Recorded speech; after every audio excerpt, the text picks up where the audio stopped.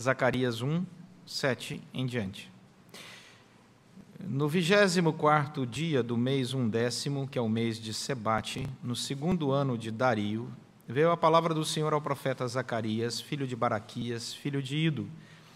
Tive de noite uma visão, e eis um homem montado num cavalo vermelho. Estava parado entre as murteiras que havia num vale profundo. Atrás dele se achavam cavalos vermelhos, baios e brancos. Então perguntei: meu senhor, quem são estes? Respondeu-me o anjo que falava comigo: eu te mostrarei quem são eles. Então respondeu o homem que estava entre as murteiras e disse: são os que o Senhor tem enviado para percorrerem a terra. Eles responderam ao anjo do Senhor que estava entre as murteiras e disseram: nós já percorremos a terra, e eis que toda a terra está agora repousada e tranquila. Então o anjo do Senhor respondeu: ó Senhor dos exércitos, até quando não terás compaixão de Jerusalém e das cidades de Judá, contra as quais estás indignado já faz 70 anos? Respondeu o Senhor com palavras boas, palavras consoladoras, ao anjo que falava comigo. E este me disse: clama, assim diz o Senhor dos exércitos, com grande empenho estou zelando por Jerusalém e por Sião. E com grande indignação estou irado contra as nações que vivem confiantes, porque eu estava um pouco indignado, e elas agravaram o mal. Portanto, assim diz o Senhor: voltei-me para Jerusalém com misericórdia. Minha casa nela será edificada, diz o Senhor dos exércitos, e o cordel será estendido sobre Jerusalém. Clama outra vez, dizendo: assim diz o Senhor dos exércitos, as minhas cidades ainda transbordarão de bens. O Senhor ainda consolará a Sião e ainda escolherá a Jerusalém. Vamos orar. Deus, fala ao nosso coração pela obra do Teu Santo Espírito. Esse é um momento espiritual, Senhor. Nós reconhecemos que só o Senhor pode ministrar aos nossos corações. O Senhor usa a instrumentalidade de pessoas para falar, mas sabemos que é o Teu Santo Espírito quem convence o mundo da justiça, do pecado e do juízo. Mas é também o Teu Santo Espírito que nos faz lembrar as palavras de Jesus, nos conduz em novos ensinamentos e nos fortalece em nossa jornada. É por isso e por tudo isso que nós rogamos que o Teu Santo Espírito ministre esta palavra. Fala aos nossos corações, pois oramos em nome de Jesus Cristo. Amém. Nós queremos agradecer muito e mandar um abraço para muitos irmãos que estão na internet nos assistindo. Recebemos muitas mensagens essa semana.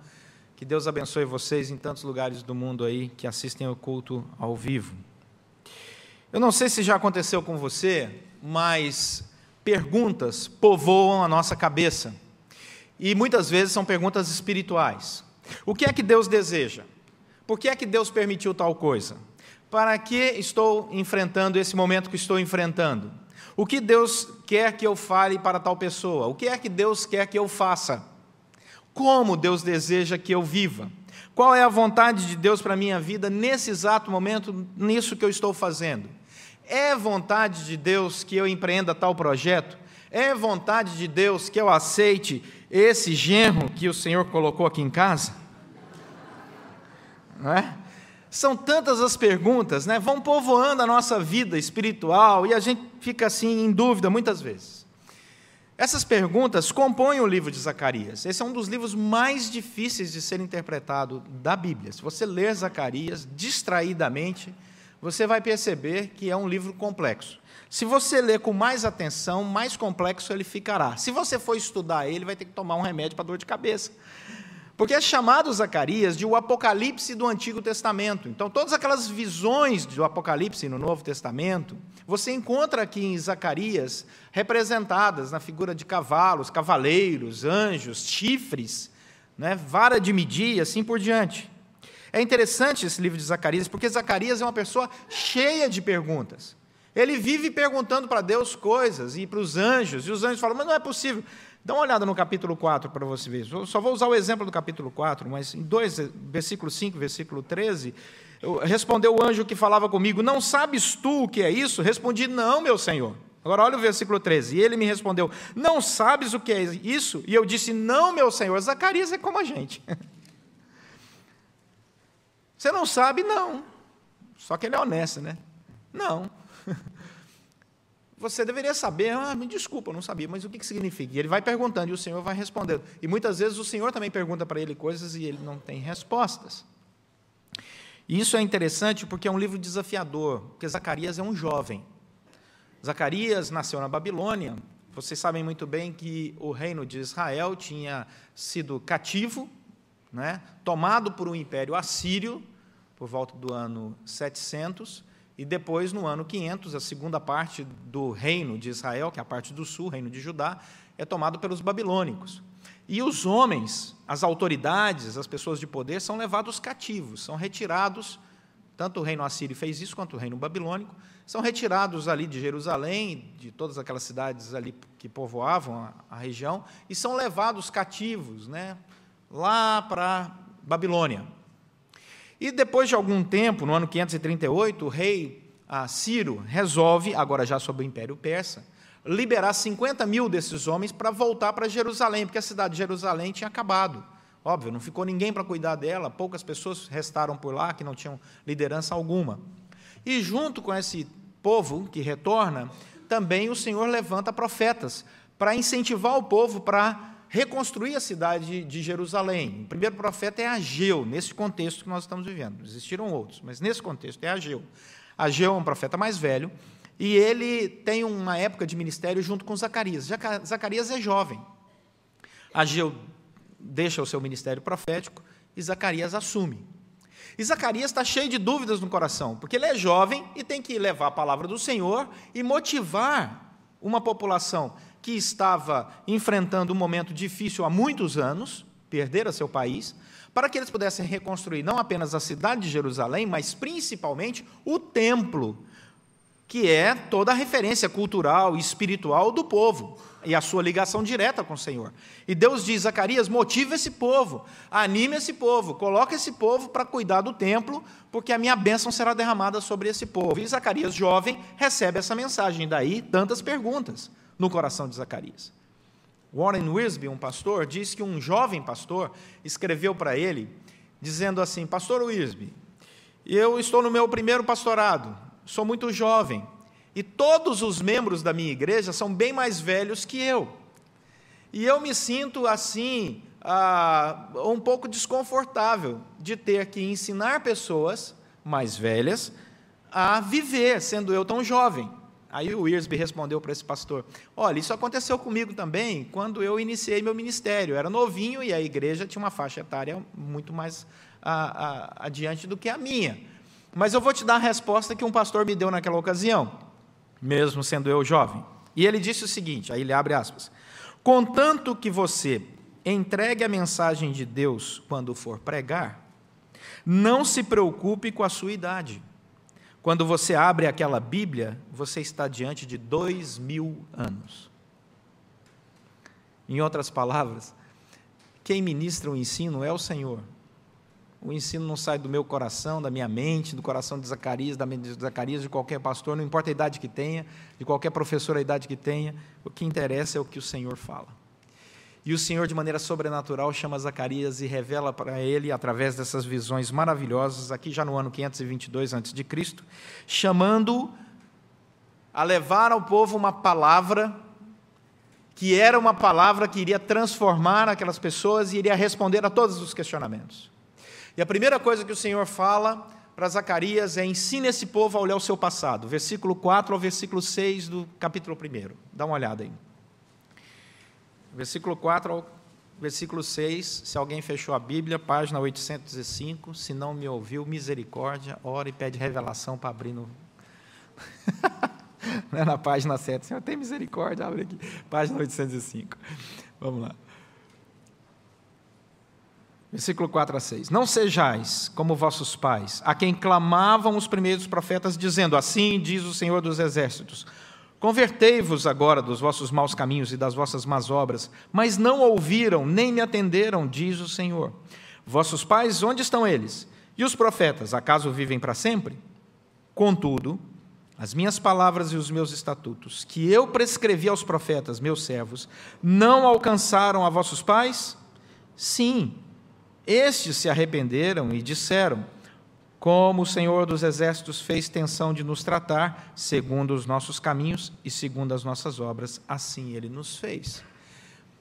Primeira coisa que Zacarias tem como resposta de Deus é: olhe o passado, aprenda com o passado. Aprenda com o passado. Veja que o povo, num determinado momento, deixou de ouvir a palavra de Deus, a instrução de Deus, e olha o que aconteceu com eles, diz o Senhor. Eu levantei profetas, eles não ouviram os profetas, e receberam castigo, e aí eles se arrependeram, e eu derramei graça e bênção sobre eles.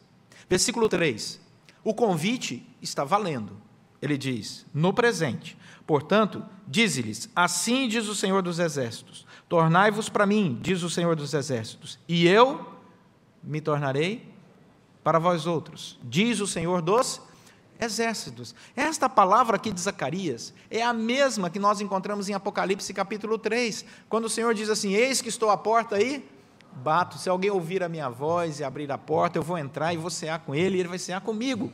Por isso que Zacarias e Apocalipse são livros muito parecidos, porque a revelação do Senhor, ela se manifesta a mesma, milhares de anos depois, em todo o tempo, na história da humanidade. Deus não muda, do Gênesis ao Apocalipse, até os dias de hoje. Ele não muda. A palavra do Senhor é clara, e aí nós percebemos o Senhor fazendo um convite. Eu estou aqui te convidando a um relacionamento comigo, é o que Deus está dizendo. Já falei pelos profetas, já falei aos vossos pais, o convite está aberto. Mas mais do que isso, diz o versículo 17, existem bênçãos. Olha o que diz o versículo 17 do capítulo 1, e as bênçãos estão aí. Clama outra vez, dizendo, assim diz o Senhor dos Exércitos, as minhas cidades ainda transbordarão de bens, o Senhor ainda consolará a Sião e ainda escolherá Jerusalém. É um tempo futuro, o Senhor projeta para o futuro bênção. O projeto de Deus para o futuro, para o seu povo, é de bênção. Qual é o projeto de Deus para nós? É de bênção. Eu sei qual é todo o projeto de Deus para mim, qual toda a vontade de Deus para mim? Não, mas uma coisa eu sei, vai ser bom. Isso se chama fé. A fé nos faz otimistas, santos otimistas. O pessimista, ele diz, eu não sei o que vai acontecer amanhã, vai ser pior do que hoje. O pessimista é assim, né? Mas aquele que se lança com fé diz, não, peraí, tem promessas. Deus tem promessas. Quem se relaciona com Ele, recebe os benefícios das promessas. Vê as promessas sendo cumpridas na sua vida. E isso tem sido provado ao longo de toda a história. Não é uma coisa que, eu estou me lançando agora em fé, algo não comprovado. Não. Por milhares de anos, todos que obedeceram, todos que se curvaram diante do Senhor, tiveram um relacionamento com Ele, oraram, experimentaram das promessas do Senhor sendo realizadas. Gerhard Voss, um teólogo, ele fala sobre essa revelação que Zacarias recebe, e a revelação de todos os profetas do Antigo Testamento, e o Gerhard Voss diz o seguinte, a palavra divina aqui parece, e aparece, investida de poder, o poder do onipotente autorrealizante. Ela é a palavra que opera milagres. É claro, esta não é a palavra gravada em pedra ou escrita num pedaço de papel, mas é a palavra viva, procedente da boca divina, e que nunca está dissociada dele. Essa palavra, ela não foi jogada como fruto da reflexão de um grande filósofo, é Deus mesmo quem aparece e revela. Portanto, nós temos que nos aquietar e ouvir Deus dizendo, e olhar para os projetos de Deus, para as respostas de Deus e segui-las, porque isso será o caminho da bênção nas nossas vidas. Agora, o relato que os anjos trazem ao andar por toda a terra é um relato interessantíssimo, está no versículo 11. Ele, na língua portuguesa, que é a tradução do hebraico, que foi escrito no hebraico, no Antigo Testamento, esse texto foi escrito originalmente no hebraico, ele cria o que eu chamo de armadilha de interpretação. Por quê? O versículo 11 diz assim: eles responderam ao anjo do Senhor que estava entre as morteiras e disseram: nós já percorremos a terra, e eis que toda a terra está, agora, repousada e tranquila. Você lê e diz: coisa boa, coisa boa. Os anjos caminharam pela terra, voltaram e falaram: a terra toda está repousada e está tranquila.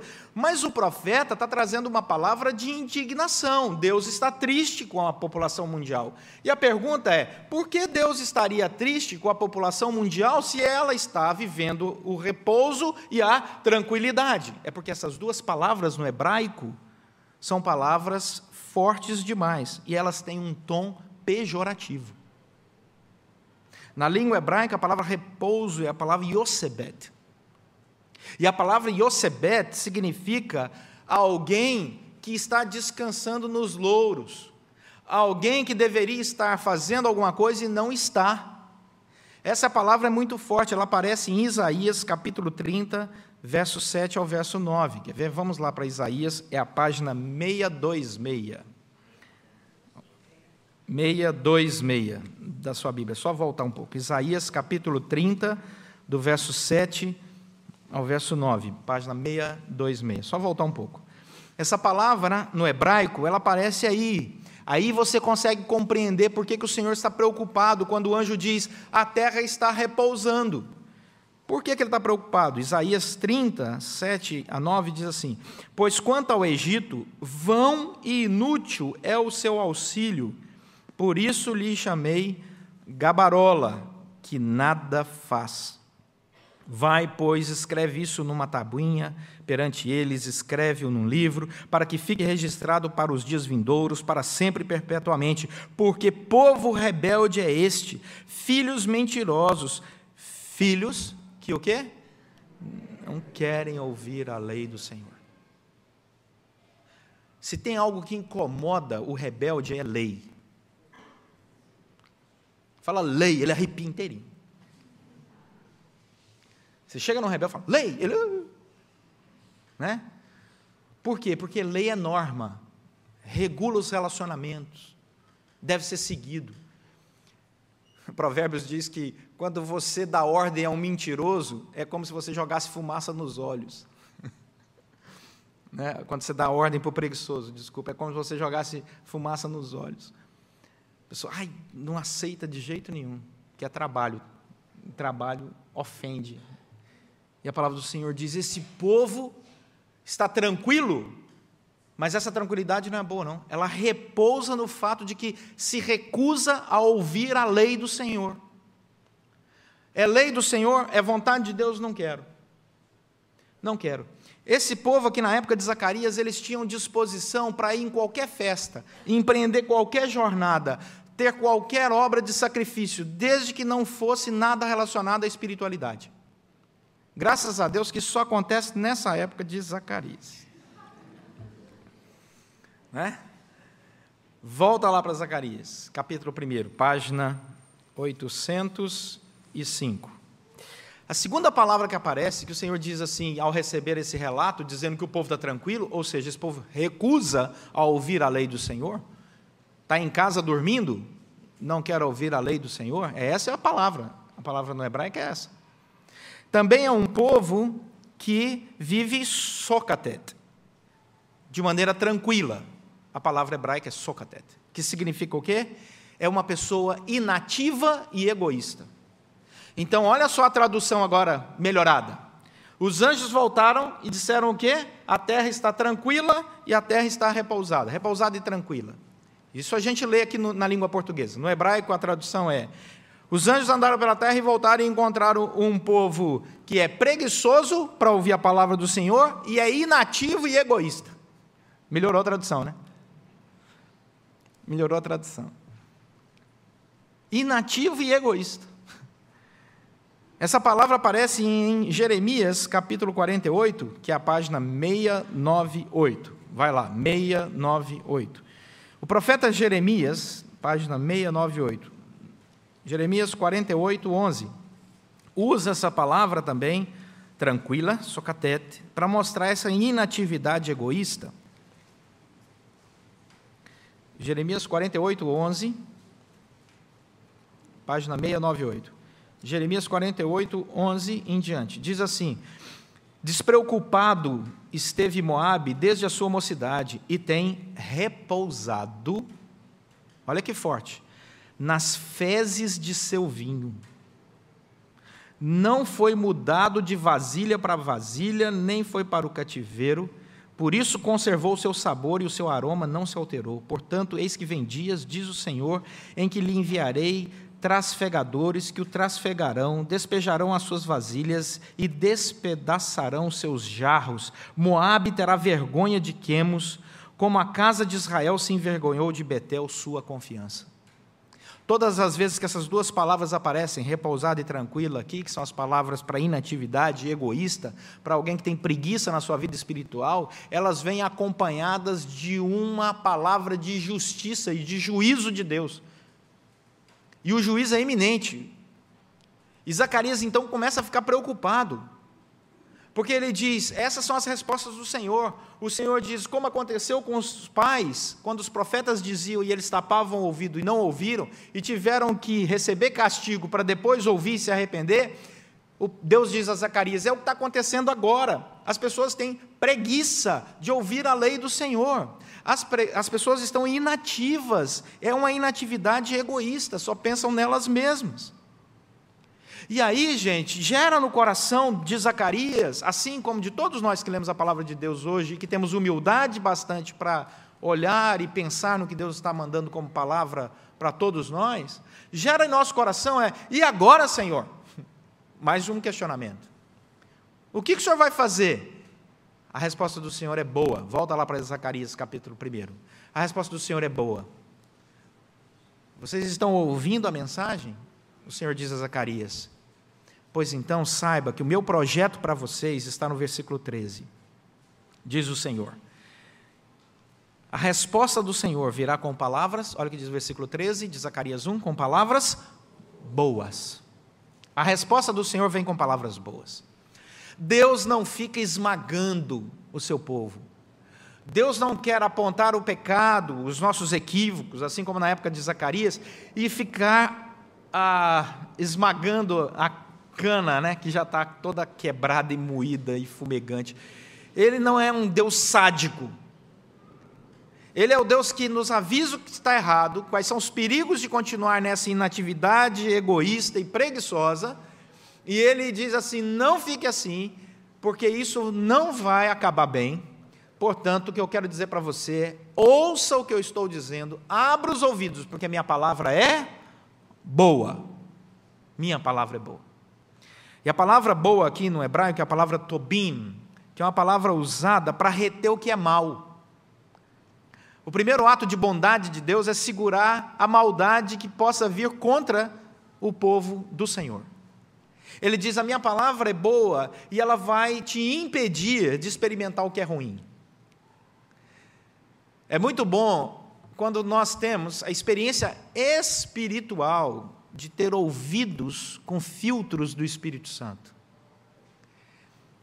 Eu já vi, já presenciei, já participei várias vezes de coisas em que cristãos são conduzidos, às vezes num discurso, às vezes numa piada, a um raciocínio malicioso, e o cristão não entende, porque já não há mais o ouvido para a malícia. Isso é bênção. Isso é bênção. Aí a pessoa diz, você é muito inocente, você não entende, é porque o ouvido já está purificado. Ou para as armadilhas, das mentiras, dos enganos, e o ouvido detecta e fala, tem alguma coisa errada. Isso aparece muito na palavra do Senhor. 2 Crônicas, capítulo 30, versos 18 a 20, página 425. 2 Crônicas 30. 2 Crônicas 30, de 18 a 20. É a página 425, que está aí na sua Bíblia. Aparece essa palavra, tobim, boa, dentro de um contexto muito interessante. 2 Crônicas 30, de 18 a 20. Diz assim o texto. Olha que interessante. Porque uma multidão do povo, muitos de Efraim, de Manassés, de Issacar, de Zebulon, não se tinham purificado, e contudo comeram a Páscoa. não como está escrito. Porém, Ezequias orou por eles, dizendo: o Senhor que é bom, perdoe a todo aquele que dispôs o coração para buscar o Senhor Deus, o Deus de seus pais, ainda que não segundo a purificação exigida pelo santuário. Qual foi a resposta de Deus à oração dele? Ouviu o Senhor a Ezequias e sarou a alma do povo. Fantástica essa oração de Ezequias. O povo está ali orando, mas o povo está clamando ao Senhor, mas o povo não tinha se purificado de maneira correta ainda. O povo era cheio de pecado. E Ezequias ora: Senhor, eu sei que o Senhor tem suas regras, seus regulamentos e tal, mas olha, perdoa o povo. Eles ainda não entenderam todo esse processo, e o Senhor ouviu, porque o Senhor é bom. Então o Senhor não é esse Deus, esse carrasco pintado por aí, com um chicote na mão, e plá, se não cumprir exatamente, ipsis literis, né? O que eu escrevi, ordenei, na teologia a gente usa ipsíssima verba, ipsíssima vox, né? O que eu falei, o que eu escrevi, o que eu mandei, vinda do próprio Senhor, eu vou acabar. Não, Deus tem paciência. Se Deus não tivesse paciência, nenhum de nós estava aqui. Deus nos conhece, a palavra dele é boa, ele retém o que é mal. Agora, cuidado, hein? Ele conhece mente e coração. Não vai descansar na bondade de Deus né? E tentar negociar com uma vida de pecado, porque Deus conhece. Ele sabe quando a nossa intenção de andar com Ele é pura e quando não é. Ele conhece os corações. E Ele tem palavras boas. E o texto vai dizer lá no versículo 13 de Zacarias que Deus também vem com palavras consoladoras. Então a palavra de Deus é boa, Zacarias 1, 13. E a palavra do Senhor também é consoladora. Deus retém o mal, segura, manifesta a sua paciência, entende os nossos corações, sabe das nossas imperfeições, sabe que às vezes a gente ora para abençoar vidas, mas também a gente ora, né, para, Senhor, me dá paciência com aquela pessoa. Ele conhece nosso coração, não é? Eu costumo dizer que às vezes você pede para uma pessoa para orar, e ela começa a orar, por exemplo, publicamente, ela ora por 1 minuto, e aí você ora com ela. Mas aí está aquela reunião grande e tal, e a pessoa começa a orar e ora por 10 minutos. Aí você ora por ela.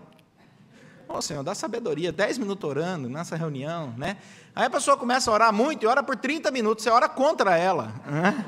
Senhor, derruba esse lúcio na cabeça dessa pessoa, para acabar essa oração que ninguém está aguentando. Esse sentimento, ele é natural. Né? É um sentimento muito natural. Não é? E a palavra vai dizer que Deus tem palavras consoladoras. São palavras que trazem conforto, mas também encorajamento. É a palavra nichomim. É uma palavra em que Deus diz assim: eu sei que você não é perfeito. Palavra boa.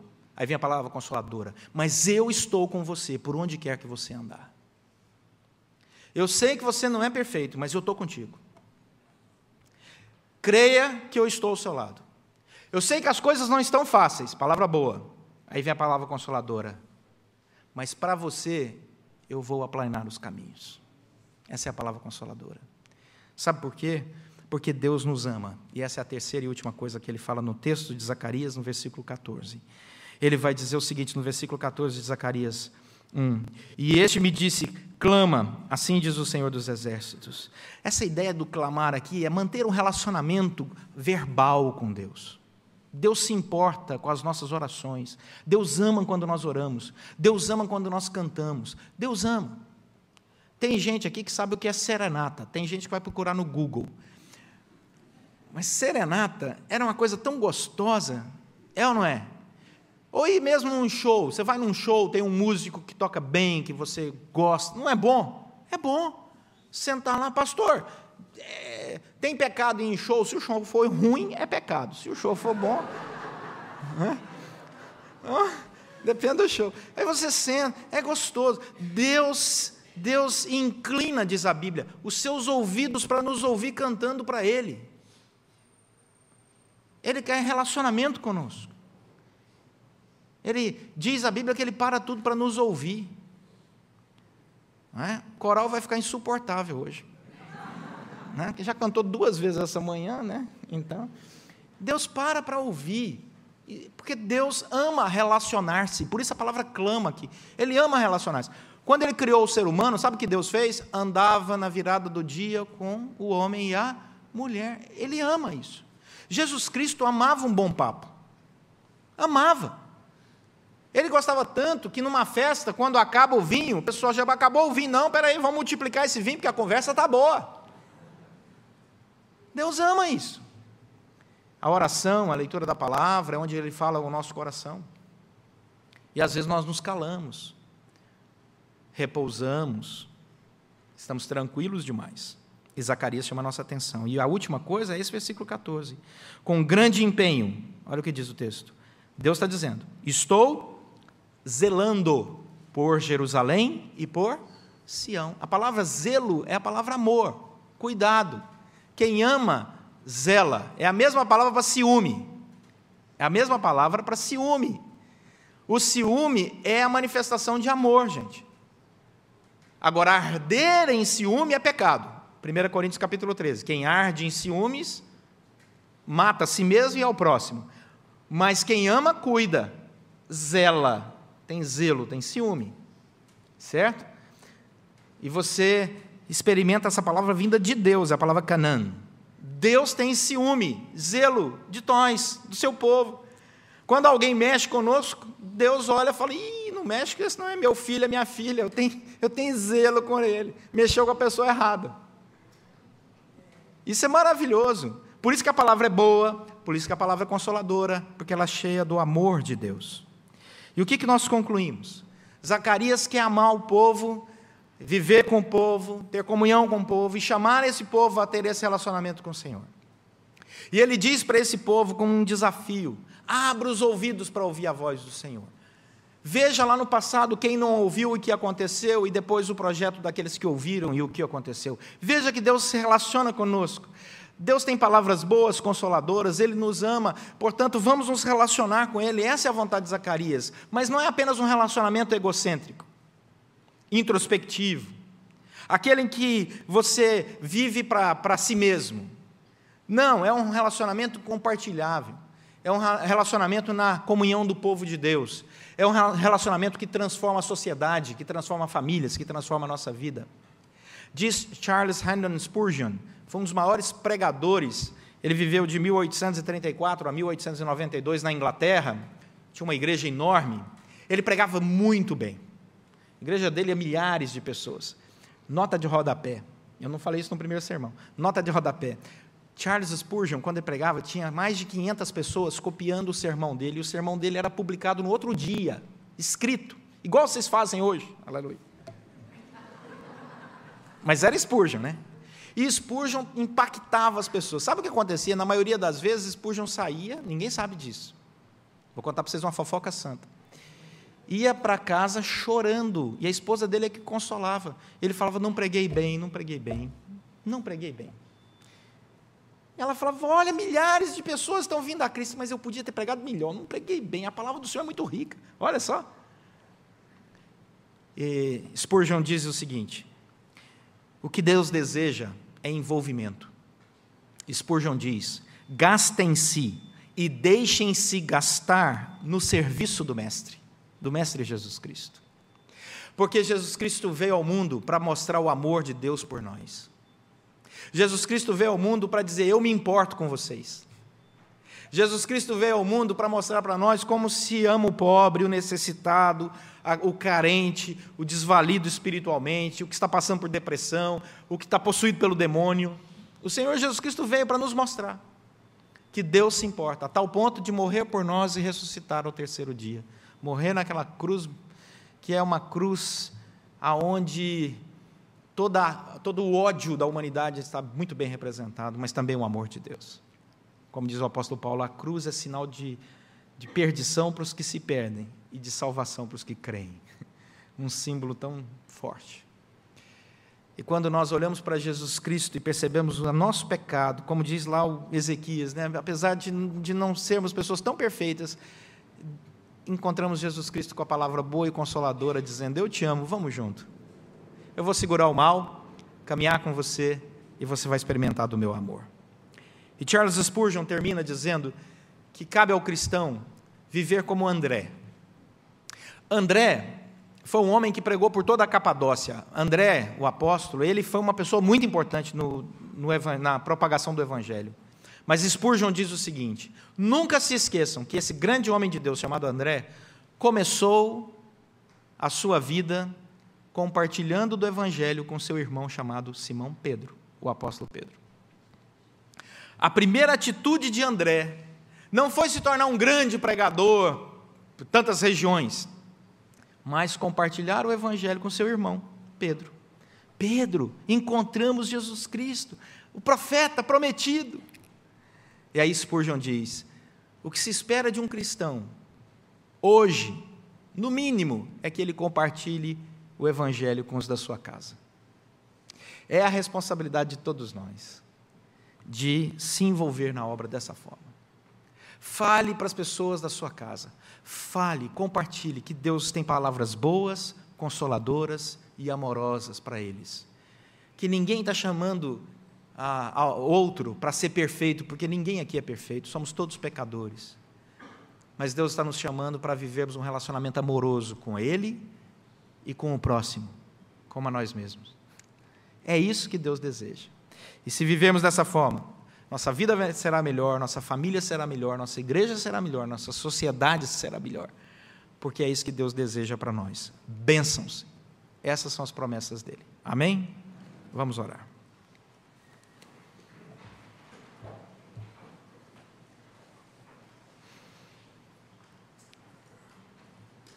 Senhor, nosso Deus e Pai, muito obrigado, porque Jesus Cristo vem para nos mostrar como responder todos os nossos questionamentos. É muito bom chegar diante do Senhor com tantas dúvidas e sair com a certeza do Teu amor por nós, e que o Senhor tem projeto para as nossas vidas, e que o Senhor está no controle de todas as coisas. E assim, a paz que excede todo entendimento inunda os nossos corações.